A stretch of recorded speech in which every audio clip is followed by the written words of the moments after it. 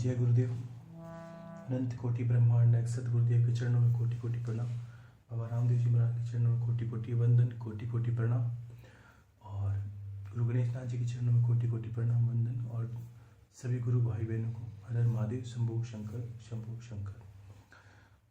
जैसा कि आज थोड़ा समय मिला है तो कुछ प्रश्न हैं और कुछ बातें आपको बता दी जाए। तो एक प्रश्न यहाँ कि गुरुदेव, कोई गुरु नाम से अनुष्ठान करना चाहे तो किस प्रकार करें और इसके क्या फायदे हैं। देखिए, ये एक मंत्र ऐसा है जिसके फायदे बताए नहीं जाते। इसका अर्थ ये समझिए कि कोई एक हो तो बताऊं।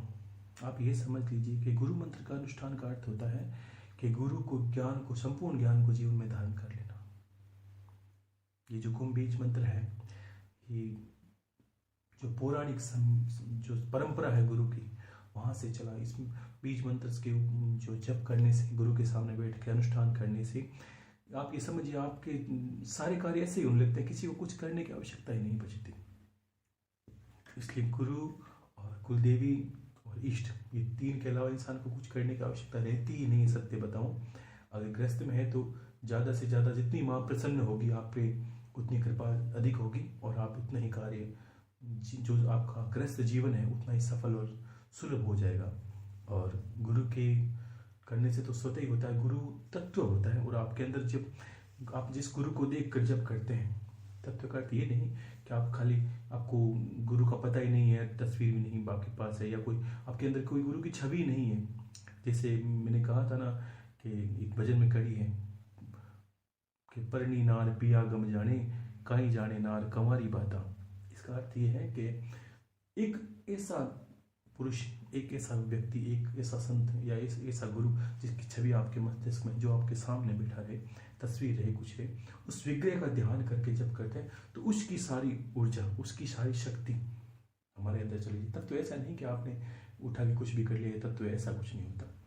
आपको एक गुरु, चाहे वो समाधि स्थित ने कहा, तत्व का अर्थ है जो एक छवि होनी चाहिए आपके अंदर कि मेरे गुरु दत्तात्रेय जी महाराज है, मैं उनको गुरु गोरक्षनाथ जी, एक छवि सामने, विग्रह, उसको देखकर, उसको त्राटक करके जब धारण करते हैं, जिसके प्रति हम समर्पित होते हैं, सामने वाले को पता तो चले कि ये मेरा भक्त है और ये मुझे ही याद कर रहा है, ये पता होना है।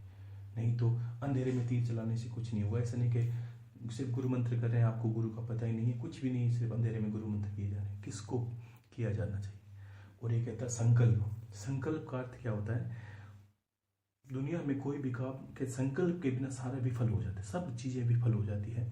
कोई इंसान अगर संकल्प बिना 1 करोड़ भी जप कर ले तो कुछ मान्य नहीं होता, कोई भी चीज उसको मान्य नहीं करती। और गुरु मंत्र जप करते हैं, जैसे मान लीजिए मैंने दादा गुरु के नाम का अनुष्ठान किया, जप किया। अनुष्ठान का अर्थ है कि 11,000 से कर सकते हैं, 21,000 से। अनुष्ठान का सीधा अर्थ ये समझिए कि गुरु के सामने जैसे हम नवरात्रि कुलदेवी के अनुसार करते हैं, वैसे ही आपने 11 दिन का मान लीजिए संकल्प लिया कि गुरुदेव मैं 11,000 का आपको अनुष्ठान करूंगा। देखिए, गुरु मंत्र के अनुष्ठान से आप बहुत तेजस्वी हो जाओगे, वह आपका वर्चस्व बढ़ने लगेगा, गुरु ज्ञान तो मिलेगा। एक अर्थ समझिए, गुरु का अर्थ है बड़ा, विशाल। और कोई ऐसा इंसान, जब गुरु नाम आते हमारे मस्तिष्क में एक छवि आती है, क्या, कोई ऊपर वाली सीट पर बैठने वाला, ये समझ लीजिए। आप ये समझिए, गुरु कभी नीचे नहीं बैठ सकता, इसलिए तो जहां देवताओं की मूर्तियां हैं वहां गुरु की पादुका होती है। तो यानी गुरु का अर्थ क्या है, गुरु यानी बड़ा, और कोई ऐसी पदवी पर बैठने वाला, उसके समर्पित होकर उसके ज्ञान को हम जब धारण करते हैं तो स्वतः, ऐसा नहीं कि आप बड़ी सीट पर बैठोगे, आपको ये लगेगा आपका समाज में वर्चस्व बढ़ने लगता है, लोग आपकी तरफ आकर्षित होने लगते हैं, आपके ज्ञान का लोहा मानने लगते हैं। आप जिसको समझाओगे वो समझने लगता है, क्योंकि आपके अंदर ज्ञान का तेज बढ़ने लगता है। आप लाखों लाख गुरु का अनुष्ठान, मंत्रों का अनुष्ठान करने के बाद आप मेरे ही बात मान लीजिए, कहीं बोलते हो, आप किसी को आप बताते हो तो बड़ी गहराई से सुनेगा। क्यों? कि आपने गुरु तत्व का पान किया है, उसको पिया है। इसको अनुष्ठान कहते हैं। जागृति, शरीर के अंदर शुद्ध जो अंतर का शरीर है, गुरु मंत्र से ही जागृत होता है। ये क्या करते हैं मंत्र वगैरह, ये जो मन को साधे मंत्र, यानी कोई भी मंत्र करते हैं समर्पित होकर गुरु को, तो हमारा मन एकाग्र होने लगता है। कुल देवी का मंत्र करते हैं तो एकाग्र होने लगता है, जबकि है वो शक्ति, हर मंत्र के बीज मंत्र के अंदर शक्ति तो होती है। उस शक्ति से आपको अलग अलग मंत्रों के पास नहीं जाना कि उसको करना है उसको करना। आप गुरु मंत्र, कुल देवी के मंत्र और इष्ट का नाम जप करना है। इष्ट की साधना नहीं कर सकते गृहस्थ में। साधना का अर्थ ये होता है कि आप कहीं एकांत में चले जाएं, कोई सी जगह। और अब आज के समय में संभव नहीं, एकांत कहीं भी नहीं। हिमालय तक जाएंगे तो भी लोग आपको खोज लेंगे या आपको दिन में 10 बार परेशान करने आ ही जाएंगे। तो आज एकांत ऐसा है, अपने घर के अंदर ही एकांत रखने की कोशिश करें। अपना समय दिए खुद को, एकांत रहिए। एकांत रख के अनुष्ठान कर सकते हैं, गुरु मंत्र का कर सकते हैं। इष्ट का नाम जप करना है, शिव शिव शिव, राम राम राम, दिन भर की चिंतन। ये क्या इष्ट का नाम चिंतन हमें क्या करना पड़ता है कि हम फिर मोक्ष के रास्ते पर या जो होता है विरक्ति के रास्ते पर चले जाते हैं और हम इष्ट में ही लीन होने। नाम जप का अर्थ है जिसका नाम जप करते हैं हम उसका चिंतन करते हैं और उसमें लीन हो जाते हैं। इसका अर्थ यही निकलता है और यही होता है। और गुरु मंत्र का ज्यादा अनुष्ठान करने से आपके अंदर ज्ञान का इतना उदय हो जाएगा, आपको लगेगा मैं ब्रह्मांड के गहरे गहरे रहस्य को जानता हूँ। हर जो चीज समझ में नहीं आएगी सीधे शब्दों में किसी को, उस बात को आप देखते ही भाप लोगे, लोगों को पढ़ सकते हो आप। अगर गुरु मंत्र का अनुष्ठान 2 लाख से ज्यादा या 3 लाख 5 लाख से ऊपर चला गया, चलता चले, जीवन भर करना है इसको, आप करते रहिए। छोटे छोटे अनुष्ठान करके कहीं 21 का कर दिया, कभी 11 का कर दिया, कभी 51 का कर दिया, ऐसे करते रहे। इसको अनुष्ठान की विधियां सबको पता है, अलग से कुछ नहीं कहना। थोड़ा बहुत गलतियां ऊपर नीचे होती है, गुरु को समर्पित कर कोई दिक्कत नहीं है, आप शांति से करें। सब विधि आपको पता है कि गुरु का अनुष्ठान कैसे होता है। वही विधि कुल देवी की है, वही गुरु मंत्र की है, वैसे ही मंत्र को करना है। दशांश हवन करते हैं, उसका दशांश तर्पण, मार्जन और भोजन, ये अनुष्ठान पूरा आपका। फिर 5-10 दिन रोक के जब भी आपको समय मिले उचित समय में करना चाहिए। हाँ, दिन विशेष का महत्व है। ऐसे ही नित्य मान लीजिए 11 दिन का अनुष्ठान किया, 21 दिन में कर लिया। और जब सावन का आएगा तो मैं आपको विशाल अनुष्ठान बताऊंगा गुरु मंत्र का। सावन के महीने में शिव के सामने शिव का अभिषेक करके गुरु मंत्र का अनुष्ठान करने से परम तेजस्वी ज्ञान प्राप्त होता है। इंसान का वर्चस्व इतना बढ़ने लगता है क्योंकि गुरु साक्षात शिव ही है। मैंने कहा ना, अनभिज्ञ में प्रारूप अलग अलग है। आपको अंतर में से लगेगा मैं गुरु मंत्र का अनुष्ठान करता हूँ, मैं गुरुदेव की पूजा करता हूँ, लेकिन वो घूम फिर के शिव पर चला जाता है। वो शिव का अनुष्ठान ही होगा। शिव का अभिषेक करना है, अनुष्ठान करना है 1 महीने का। उसमें तो मैं आपको निश्चित तौर पे करवाऊंगा, आप चाहे माने चाहे ना, इसलिए तैयार जरूर रहिए आप। क्यों कि छोटी छोटी विद्या इसलिए बताते जाते हैं ताकि आप पूरे तैयार हो जाएं। जब ऐसा होता है ना कि कोई छोटा बच्चा पहली में पढ़ता है, दूसरी में पढ़ता है, आगे जाके पता चलता है कि उसके बड़े बड़े एग्जाम होने वाले हैं, अब उसको वो तैयार है आप देने के लिए। शामन को आप विशेष तैयार रहना। मैं बताऊंगा जितने लोगों ने सुना उतने करना ही करना है हर परिस्थिति में। और सावन में बिल्कुल आपको कमर कस के और इतना अच्छा अनुष्ठान करना है, आपको लगना चाहिए कि एक वास्तव में अपने जीवन जिया है। और आपने अगर कहने से कर लिया तो आपको ये अंतर में अनुभव होगा। ये अपने आप पर, इसको घमंड नहीं कहेंगे, आपको ऐसे अभिमान होगा अपने आप पर, इस तरह का जिसको बोलते हैं कि स्वाभिमान, या अपने आप अंदर आपको लगेगा कि मैंने जीवन में कुछ न कुछ जरूर किया है भगवान को लेकर। अगर आप सच्चे चले तो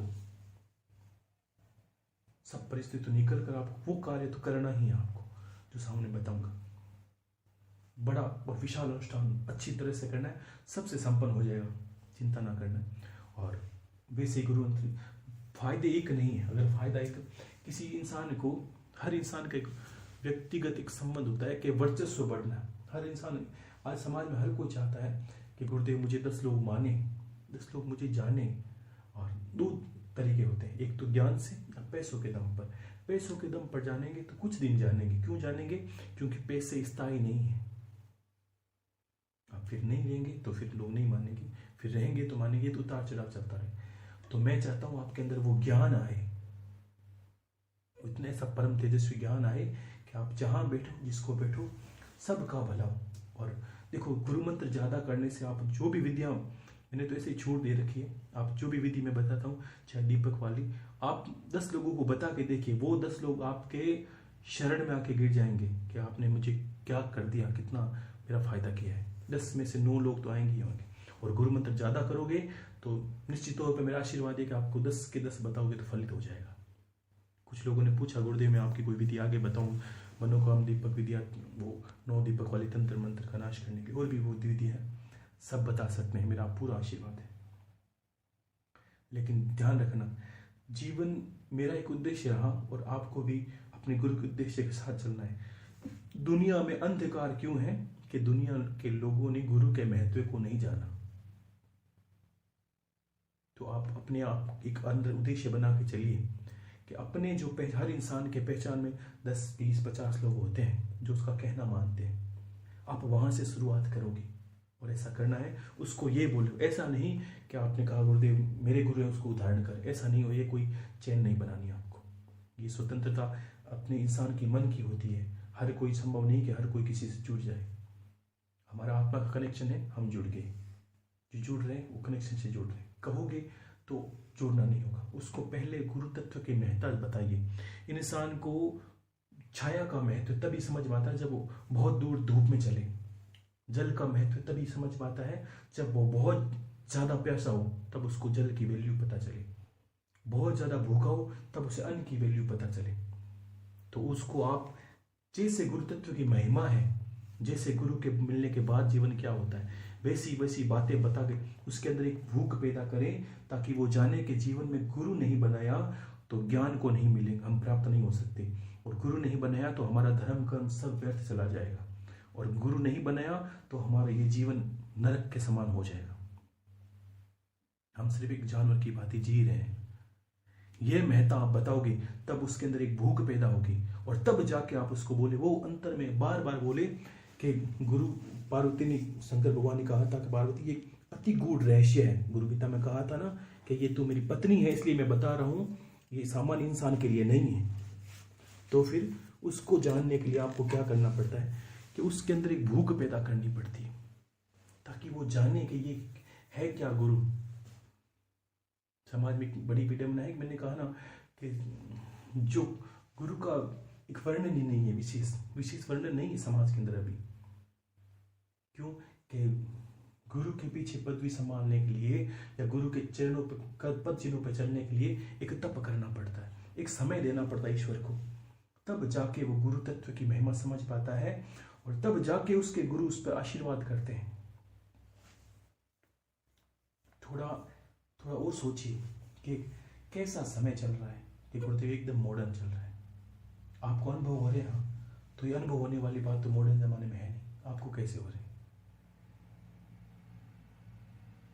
जो गुरुदेव दुनिया की दृष्टि में नहीं है वो आपसे कैसे मिल रहे हैं, आपको दर्शन कैसे दे रहे हैं? जो कुलदेवी धामों में है वो आपके पास कैसे आ रही, कैसे अनुभव करवा रही है? क्यों? क्या आप रास्ते पे चलने लगे हो? कभी कभी क्या होता है कि इंसान एक चौराहे पे खड़ा, हम काफी लोगों को दुनिया में देखते हैं जो एक चौराहे पे खड़े रहते हैं और बिना उद्देश्य के खड़े रहते हैं। उनको ये नहीं पता, चलते वो हैं लेकिन उन्हें ये नहीं पता जाना किस दिशा में है और कितना चलना है और चलना भी क्यों है। ये 3 कारण पता चल जाए तो पहला उद्देश्य उसका होना चाहिए जीवन में, गुरु बनाने के पीछे भी।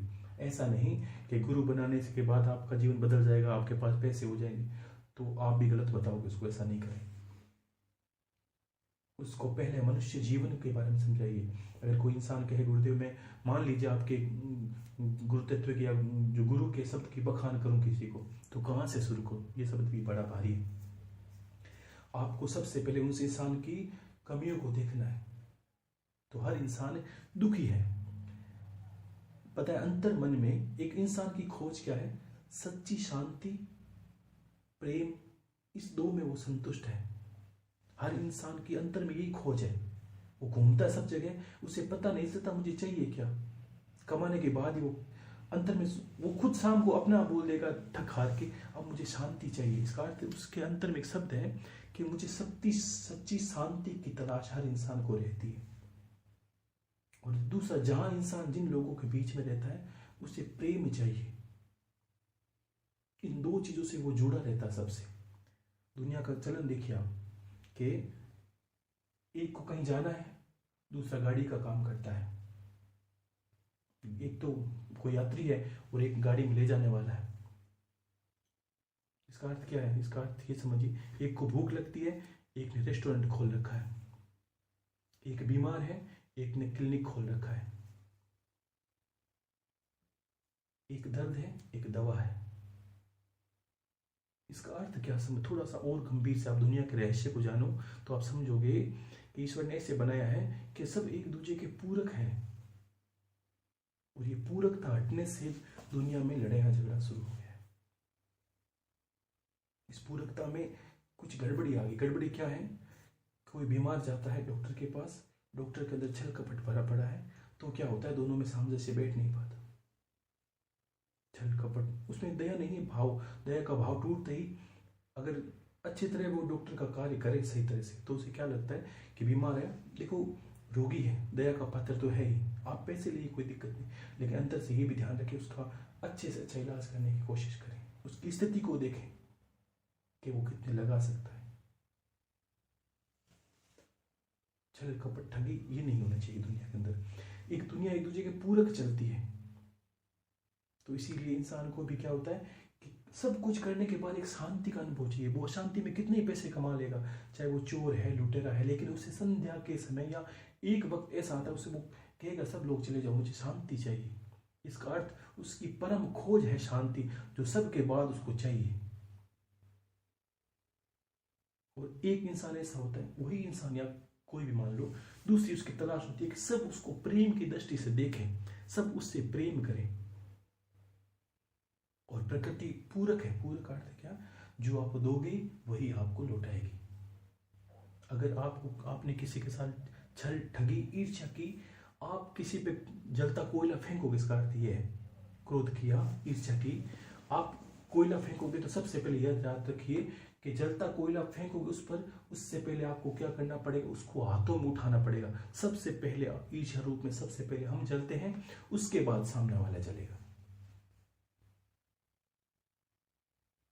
प्रकृति, यहां तक बड़े बड़े वैज्ञानिकों ने खोज कर ली कि प्रकृति, पृथ्वी क्या है? पृथ्वी ग्रेविटी का बहुत बड़ा नहीं समझिए, पूरा ही उदाहरण है कि प्रकृति में ग्रेविटी का है। जो पृथ्वी है ये क्या है? ये हर चीज को डबल वेग से हमें लौटाती है। जो हम करते हैं, इसका अर्थ ये समझिए, जो दूसरों के लिए खड्डा खोदता है उसको याद रखना चाहिए कि खड्डा खोदा है वो गिरेगा जरूर निश्चित तौर पर। जिसने दुख दिया है वो दुख पाएगा जरूर। जिसने लोगों को सताया है वो अंतर में मरने से पहले ये अनुभव जरूर कर लेगा कि मैंने सताया है, अब मैं दुख पा रहा हूं। वो दूसरों को दुख नहीं दे रहा है, वो अपनी तैयारी कर रहा है अनभिज्ञ में। क्यों?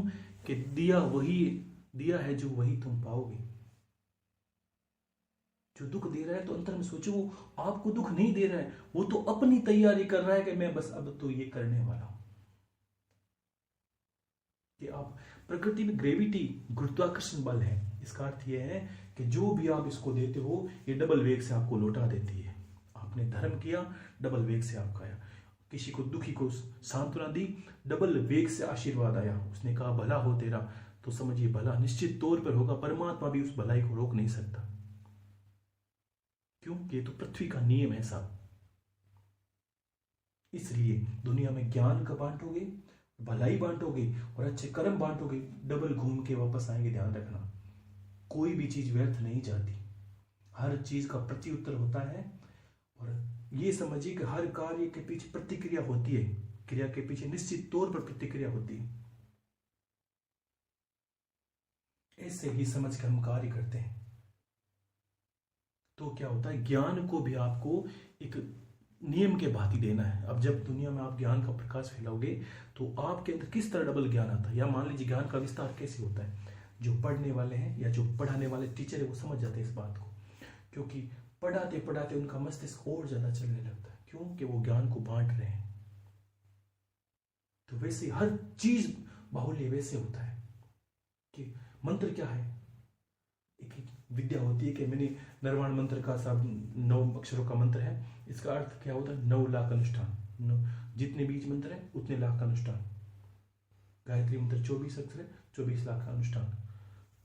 33 अक्षर का महामृत्युंजय मंत्र है, 33 लाख का अनुष्ठान। इसका अर्थ क्या है?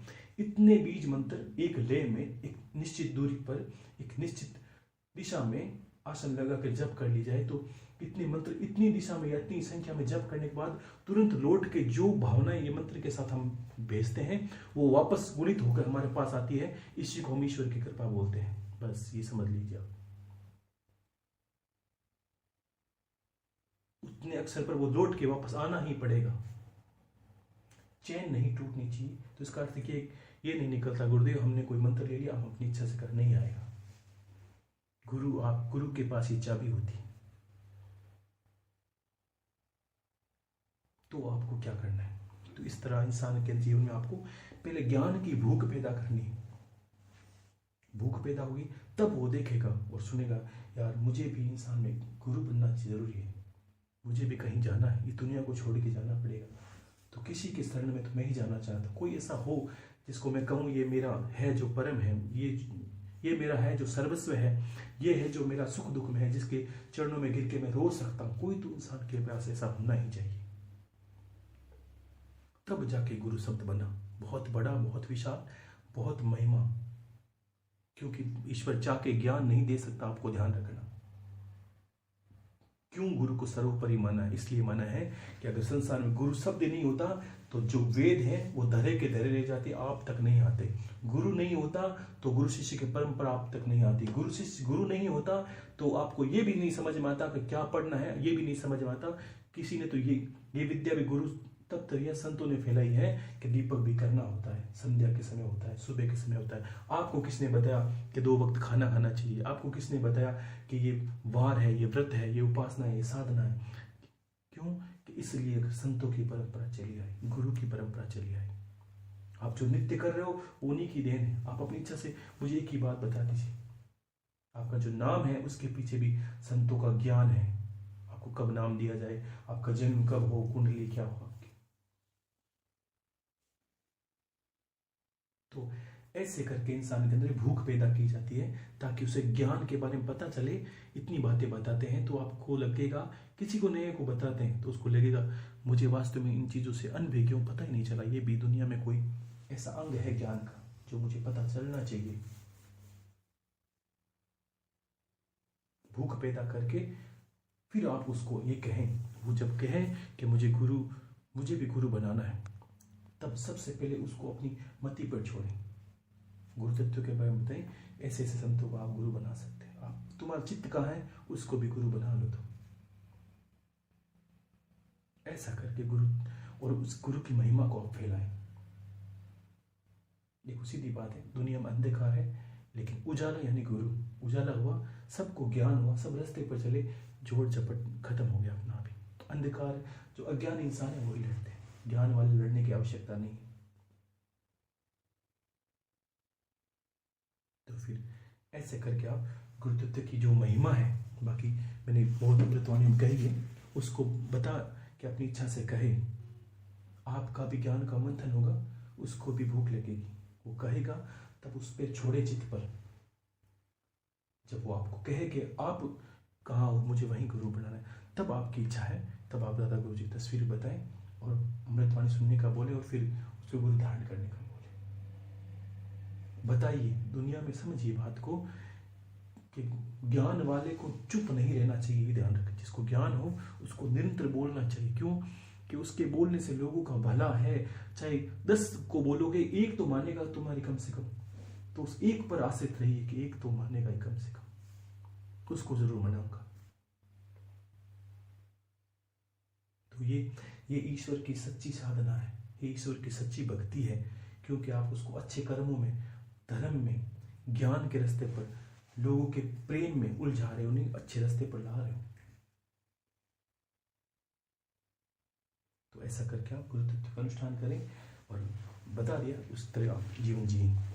और एक मैसेज लिखा है किसी ने, अजय कुमार सैनी है, कुल देवी की साधना में दर्शन नहीं हुए। एक अजय कुमार सैनी, उन्होंने एक प्रश्न लिखा है कि उन्होंने कुल देवी की साधना की थी और गुरुदेव 7-8 दिन तक मुझे दर्शन नहीं हुए, और अंत में इन्होंने क्या किया कि पत्नी को खाना बनाने का बोला बच्चों के लिए।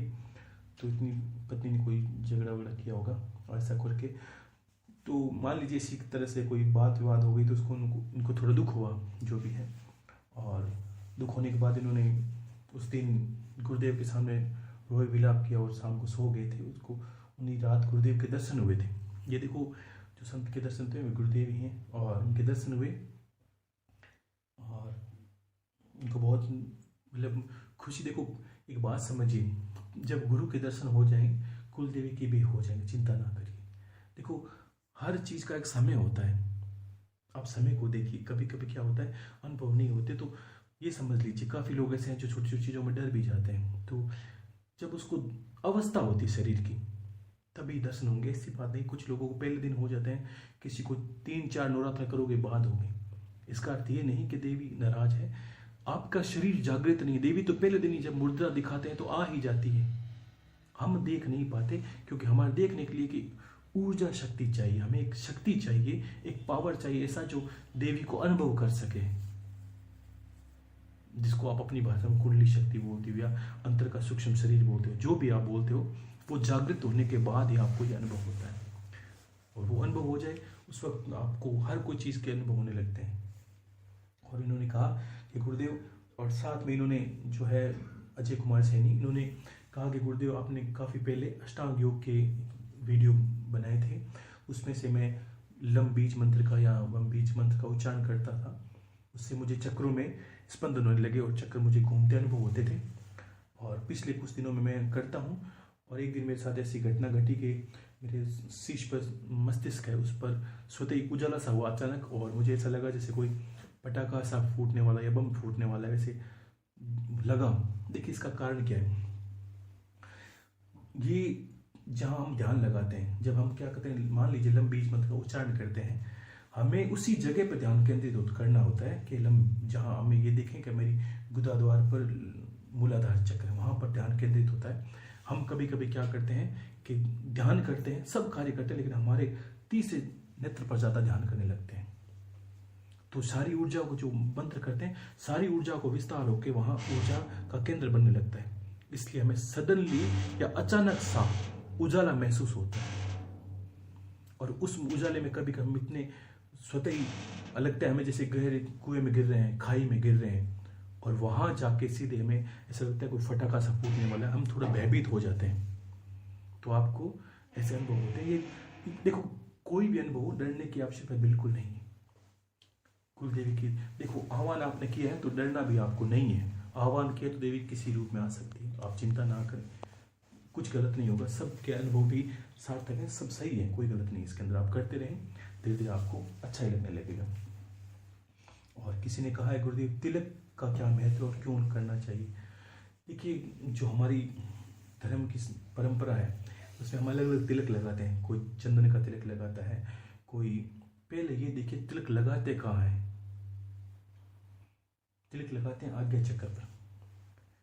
हर एक चीज, ये देखो, एक छोटी छोटी चीजें समझ लीजिए आप। देखो, दुनिया में बहुत तरह के तिलक हैं, हर एक आकृति, जैसे ओम लिखा है कहीं पर, ओम, हर एक वस्तु में ऊर्जा होती है। नाम लिखने में यंत्र क्या होता है, वैसे ही होता है, वो एक ऊर्जा को छोड़ती है, आकर्षित करती है। उसके बाद में ये देखा जाता है कि वो वस्तु है क्या, वो चंदन है, चंदन है, प्योर है या नहीं है, सही है, असली चंदन है, तो एक ऊर्जा को छोड़ता है। जो सकारात्मक ऊर्जा को छोड़ते हैं वही चीजें हमारी पूजन स्थली में। आपको ध्यान होना चाहिए कि घंटी, घड़ियाल, मंजीरा या चंदन, कपूर, केसर, ये सब क्या है, ये पॉजिटिव ऊर्जा को छोड़ती है, ताकि जहां हम जप करें, पूजा करें, वो स्थान हमारा पूरा सकारात्मक रहे। और हमें तिलक लगा, नित्य तिलक लगाने से भी हमें ज्ञान का अनुभव होता है। और तीसरे जो हमारे नेत्र, तीसरे नेत्र का ये अर्थ नहीं कि आपके मस्तिष्क में तीसरी आंख लग जाएगी, आंख खुल जाएगी, महादेव की भांति। इसका अर्थ ये होता है कि तीसरा नेत्र हमारा ज्ञान चक्षु है। आपको धीरे धीरे अनुभव होने लगता है कि आप काफी चीजों को गहराई से जानने लगे हो, जिसको अपनी आप जो पढ़े लिखे लोग सिक्स सेंस बोलते हैं, अनुभव शक्ति, वो आपकी बढ़ने लगती है। तिलक लगाने से आपकी अनुभव शक्ति भी बढ़, क्योंकि तीसरे नेत्र पर जैसी जैसी ऊर्जा का हम संचार करते हैं, मान लीजिए हमने केसर कपूर का तिलक लगा के मिक्स कर लिया, या कोई भी जो ज्यादा ऊर्जा में चीज है, भस्म है, भस्म भी ऊर्जा में है, क्योंकि उसके अंदर हवन होता है, हवन के बाद जो ऊर्जा बचती है उसमें भस्म सकारात्मक ऊर्जा की है, तो उसका तिलक लगाने से भी हमें ये चीजों का अनुभव होता है। तो सिर्फ ऊर्जा का इसलिए है कि हमारा जो तीसरा नेत्र है जागृत हो। जागृत का अर्थ ये है कि हमें ज्ञान की दृष्टि से हर चीज़ समझ में आए कि आपको जीवन में क्या करना है, क्या नहीं करना। काफ़ी चीज़ें ऐसी अनुभव होने लगती है कि जो आपको होने वाली होती है, लेकिन आपको अनुभव पहले होने लगती है कि ये ऐसा हो सकता है मेरे जीवन में। तो इसका अर्थ ये है। और एक 2-3 गुरु बहनों ने लिखा है कि कुछ माताओं बहनों को क्या हुआ, जब कुलदेवी की उपासना की, उन्हें कुलदेवी का पता नहीं था और उन्होंने जो विधि बताई थी गुरु भाई जी ने भोजपत्र पर त्रिशूल बनाकर भंबीज मंत्र से, और कहा था इस जाति की कुलदेवी है। तो 2-3 माताओं को ऐसे स्वप्न में या मंदिर में जाके उन्होंने बोला कि गुरुदेव मैं मंदिर में गई थी कहीं और दर्शन कानों में सोते ही मेरी एक देवी का नाम आया, मैंने वहीं कामना की थी तो देवी का नाम बताया, किसी के विंध्यवासिनी का या किसी का आशापुरा का। तो उन दोनों तीनों को चिन्नू के कानों में आया। तो मैंने ये बात बहुत पहले अमृतवाणी में बोल दी थी कि आपको स्वतः ही माँ बोल देगी कि मैं आपके कुल की देवी हूँ, और ये निश्चित ही है। वो खुद बोलती है, तब आपको संशय नहीं रखना। वो स्वप्न में बोल सकती है, आपके कान में बोल सकती है, आप मंत्र करोगे स्वतः ही आ जाएगी और आपको बुला लेगी कि मैं वहां पर हूँ, तो आप वहां पर आ जाओ। तो इसमें संशय नहीं करना आपको बिल्कुल भी। और एक 2-3 का काफ़ी माताओं बहनों का प्रश्न है कि गुरुदेव उस दिन आपने बोला था कि मान लीजिए कुलदेवी की साधना में कि आपको जो आपने जो पूजा पाठ की है उसमें कोई दोष हो, वो गुरुदेव आप अपने शीश पे लेते हो, और आपने कहा जो मेरे पुण्य आप पर जाते हो, तो इससे हमें बड़ा दुख हो रहा है और रोना भी आ रहा है। तो देखिए मैं उन सभी से ये कहता हूँ, देखिए इसमें दुखी होने की कोई बात नहीं। एक बात समझिए, जब शिक्षा का बात है या ज्ञान की बात है तो इसको ये समझिए कि कोई भी शिक्षक अगर पढ़ाता है, आप सत्य बताओ तो आप मंत्र को या ज्ञान को लेकर कुछ गलत करते हो तो आप नहीं चाहोगे, लेकिन वो स्वतः ही मुझ पे बात आ जाएगी। कोई बच्चे स्कूल में पढ़ने वाले होते हैं और कोई चेकिंग आती है और जांच वाले आते हैं और बच्चों से उठा के पूछते हैं भाई इसको क्या आता है, इसको क्या आता है, इसको क्या आता है, और बच्चे गलत जवाब देते हैं, तो इसका दंड बच्चों को नहीं मिलता, उसका दंड इसी को मिलता है जिसने इस ज्ञान को दिया है। वो तो मुझे गुरुदेव के सामने अच्छा रखने के लिए आपको मुझे दंड तो सहन करना पड़ेगा, लेकिन ये ध्यान रखना कि आप मुझे इस तरह बचा सकते हैं कि आप कम से कम गलती करें, कम से कम दोष करें,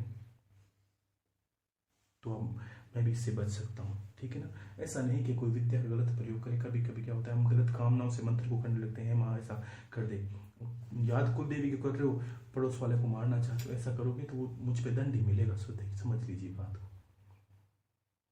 बस लोगों को देखना नहीं है। कभी भी प्रगति मांगो तो भी मेरा ये कहना है कि आपके पास पैसे नहीं तो पड़ोसी से, ऐसा नहीं कि पड़ोसी को बिल्कुल आप कंगाल कर दो हे माँ। इसका अर्थ ये है कि माँ मुझे संपन्न कर दे, आपको बस दूसरों को छोड़ देना है। गंदे विचार, ईर्ष्या भाव, ईर्ष्या द्वेष, ये आपके अंदर नहीं होने चाहिए। प्रेम रखिए पूरी प्रकृति में। तो ऐसा आप चिंता ना करें, और गलती आप कम करोगे, मुझे दोष ऐसे ही कम लगेंगे। आपकी भावनाएं अच्छी रखी, आपको गुरु मिले हैं, ज्ञान मिल रहा है, शांति से ले, कोई दिक्कत नहीं। और एक है राजेश जी दलाल है, इन्होंने प्रश्न किया है। ये प्रश्न थोड़ा अजीब करीब है, लेकिन इसको एक लेना नहीं चाहते थे गुरु भाई जी, लेकिन मैं खुद ही लेना चाहता हूँ। देखो, इन्होंने कहा कि गुरुदेव हमारे यहाँ पर कोई, इनके पड़ोस में कोई है लेडीज़ माता बहनें, वो कहीं मंदिर पे गई और मंदिर पे किसी ने बोला उसकी बेटी के अंदर कोई प्रेत व छाया वगैरह सब बाधा है। ऐसा करके वहाँ के जो लोग हैं, जो मंदिर के, वो कोई बालाजी का ऐसा धाम है, हनुमान जी का, बालाजी का बोला होगा, कोई धाम है, वहाँ धाम पर इस लड़की को ले जाते बार बार, और वहाँ जाके वो लड़की को जो भी है, मान लीजिए वो संत है, कोई है फकीर, उसने उस लड़की को अंदर रख लिया, माँ को बाहर खड़ा कर दिया। 2-3 बार ऐसा हुआ, तो अंदर लड़की कुछ खिला देते थे और वे विचार करने लगते थे। लास्ट में उनको 5-7 बार जाने के बाद लड़की ने उसकी माँ को बोला ये बात, और तब जाके उसकी पता चला लोगों को। उस जो बाबा है या उसने जो तांत्रिक जो भी है, उसने उस बच्ची को धमकाया भी कि अगर आप ऐसा बोलोगी तो मैं तुम्हारे पीछे प्रेत छोड़ दूंगा। इस तरह की बातें काफ़ी कही। देखो, मैंने एक बात शुरू से कही, आप और कुछ जागृत करो ना करो, ये ध्यान रखना। आप माता और बहनों को कहीं नहीं जाना, मैं बार बार कह रहा हूँ, आप समझिए बात को। मैं हाथ जोड़ के निवेदन करता हूँ, इस बात को ये लेने की आवश्यकता भी है। यहाँ भी हर दिन में आपको एक दो ऐसे सुनने में आ जाएगा। आप समझिए, प्रकृति पूरी परिवर्तन में है और ज्ञान भी परिवर्तन में है। ढोंगी, पाखंडी, सब तरह के लोग एक कुनबा होता है उस तरह जाके खड़े हो जाते हैं। कुछ नहीं लगता कपड़े पहनने में, कुछ नहीं लगता जटाएं बधाने में, लेकिन अंत में आपको बुरा सहन करना पड़ता है। तो क्यों जाते हो? ऐसा नहीं करना। आपको किसी भी हालत में कहीं नहीं जाना। कोई बड़ा ऐसा ज्ञान नहीं। आपको कौन सा आसमान मोड़ना या ऐसी कौन सी क्रिया करनी है मुझे बता दीजिए, तो मैं पहले आपको बता दूं कि इस क्रिया को करने से आप उड़ने लगोगे। आप एक ग्रस्त में हो, एक परिवार चलता है, परिवार नहीं चलता। आप बोल देंगे गुरुदेव मेरे तो पीछे आगे पीछे कोई नहीं है, मुझे तो बस संसार कुछ लेना नहीं, तो मैं भी आपको बोलूँ भाई कुछ अलग ही कर ले, आप अलग रास्ता निकालो। लेकिन यहां तक भी मुझे पता है कि मंत्र मांगने वाले के पीछे भी उद्देश्य, देखिए क्यों सिद्धियां नहीं होती कलयुग में, इसका कारण समझिए। मंत्र को सिद्ध करने के पीछे सबसे पहले क्या होता है? लोभ, लालच और कुछ कार्य करवाने। आज अगर मैं बोलूं, आप यहाँ किसी ने एक बार प्रश्न ऐसा भी किया, गुरुदेव आप इतना अच्छा बोलते हो, इतना अच्छा ज्ञान की बात करते हो, गुरु की महिमा कहते हो, अमृतवाणी इतनी अच्छी है, और फिर भी 5-7 हज़ार या जो भी सुनते हैं बहुत ज़्यादा हो। 5-7 हज़ार, मेरी बात सुनिए, इस समय में मुझे नहीं लगता कोई सुनता है।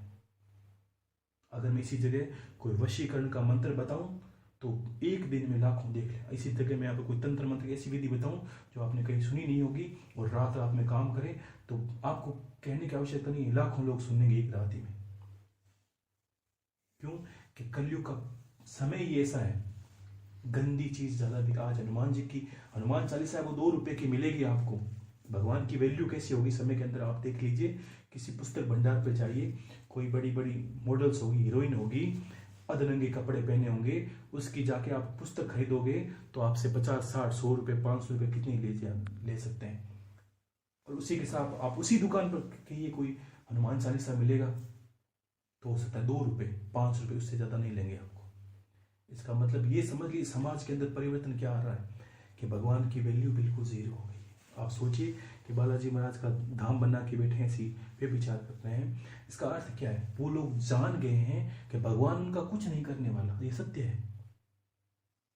आपने देखा होगा काफी बार धर्म के अंदर लड़ाइयां होती तो लोग देवी के मंदिर को तोड़ते हैं, देखा मैंने, मूर्तियों को तोड़ते हैं, भगवान कुछ नहीं कहते।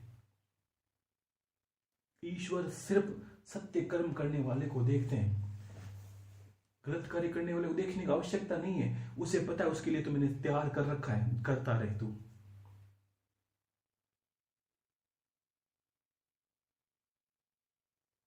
तो ज्ञानी लोगों के लिए ईश्वर है, मूर्खों के लिए वो मूर्ति है, पत्थर है, तोड़ता रहा, कोई फर्क नहीं पड़ता। वो नहीं, वो सोचते हैं वो निकाल के बोलेंगे, कुछ नहीं बोले।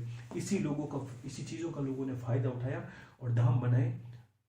देखो धाम, जो भी धाम है सब में नीच शक्तियां काम करती। मैं एक ही बार में बोल देता हूँ, बार बार नहीं कहूंगा। और दूसरा, उनके पीछे लोग, उनके कार्य को देख आप समझ जाएंगे। प्रेतों से सारे कार्य होते हैं, सारे के सारे कार्य प्रेत है। कोई बालाजी नहीं है, कोई हनुमान जी नहीं है, ये ध्यान रखना। कभी भी मत जाना, मर जाओगे आप माताएं बहनों को विशेष कहता हूं, नहीं निकल पाओगे, कहीं चले गए तो कहीं नहीं निकल सकते आप। कोई देवता नहीं मिलेंगे आपको। और धीरे धीरे अंत तो इनका है, कुछ नहीं करना। आप देख लेना जो समय आ रहा है उसके अंदर, मैं कहूंगा नहीं लेकिन आप स्वतः ही देख लोगे, किसी का कुछ नाम नहीं है, किसी को जितने बने सब के सब मरने वाले हैं। अंत इनका नजदीक ही है। क्यों? कि सबका ईश्वर बहुत जल्दी घड़ा भरता है। भगवान के नाम पर ये कर दिया, वो कर दिया, ये सब आप समझ सकते हो। पढ़ी लिखी दुनिया में रहते हो, ज्ञान समझिए। ज्ञान का अर्थ है पढ़ा लिखा रहना और समझना। मैंने इसलिए काफी बातें आपको ज्ञान और विज्ञान के तरीके से समझाई कि ईश्वर की आराधना क्या है, भक्ति क्या है, कोई चीज कार्य करती है तो वैसे कैसे करती है, कैसे मंत्र कार्य करता है। अब जो तंत्र आपने सुना है, तंत्र का बाहुल्य तो कलयुग में है ऐसे, क्योंकि लोगों को कुछ चमत्कारी चीजें चाहिए। ज्ञान को करना कोई नहीं चाहता। अगर मैं ऐसा बोलूं कि मेरे पास एक विद्या है, आप बोलिए आज रात में आपका काम पक्का, तो आपको आवश्यकता नहीं है मेरी भक्ति करने की। आप स्वतः ही एक रात में आप सोचोगे आपका नंबर नहीं लेगा, उससे पहले लाखों लोग मेरे पास आ जाए। लेकिन इसका अर्थ क्या है? सब लोग नीच हैं, कुटिल हैं, मैं जानता हूँ वो गुरु के पीछे भी कोई उद्देश्य से आते हैं, गुरु को सुनते भी कोई उद्देश्य से। उसको पता है अपने तो अपना स्वार्थ सिद्ध करना है।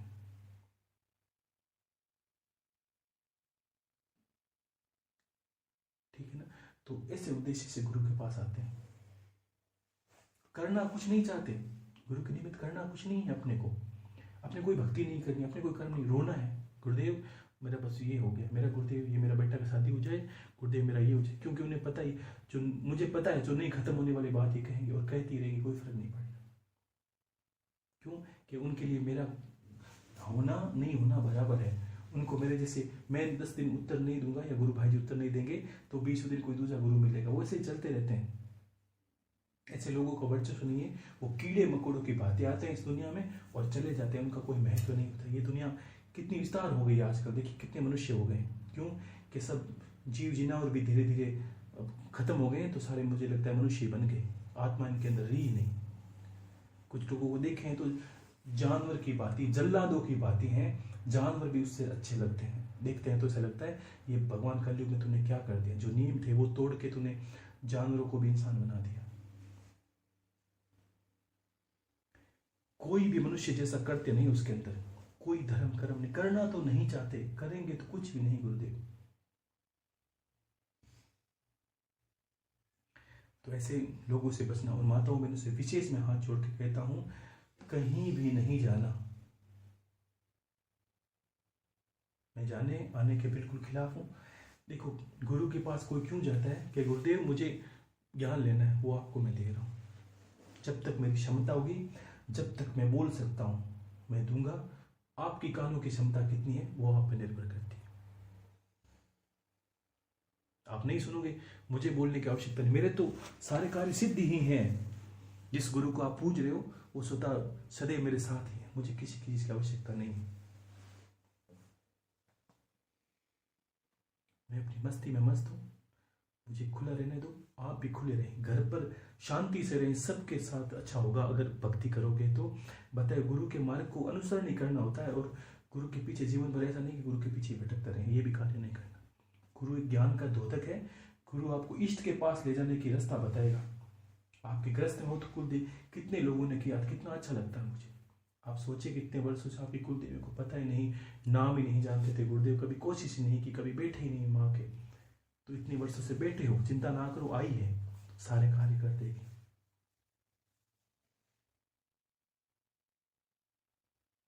तो फिर और इन्होंने कहा कि गुरुदेव उनकी सहायता वो मांग रहे हैं तो करनी चाहिए, ऐसी माताओं बहनों की पड़े।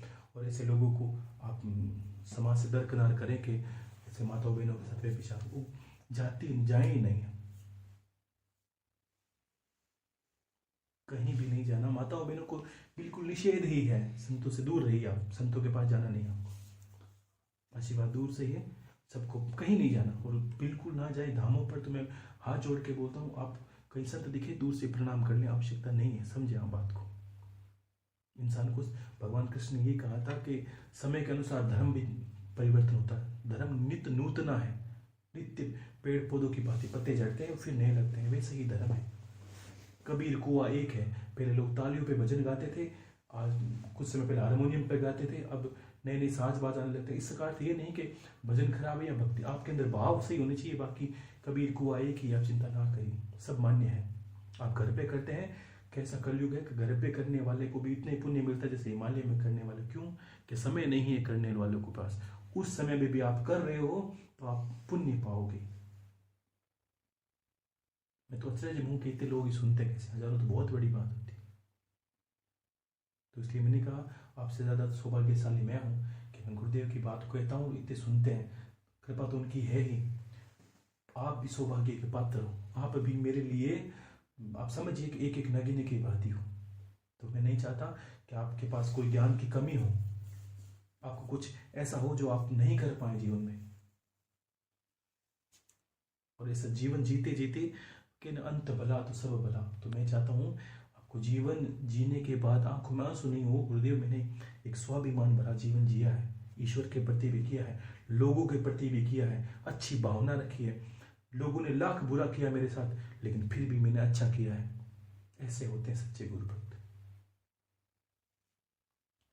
बुरा करने वालों को क्यों, उनका अनुसरण। अगर कोई बुरा करे तो बुरा। एक छोटी सी प्रसंग मैंने कहीं सुना था कि एक ब्राह्मण, मैंने कहा होगा कहीं पर, एक ब्राह्मण और एक जो कोई दूसरी जाति का था, अब वो झगड़ा कर रहे थे। वो दूसरी जाति का था, थोड़ा बदमाश था, बार बार ब्राह्मण को, जो भक्त था उसको परेशान करता, बार बार मारता।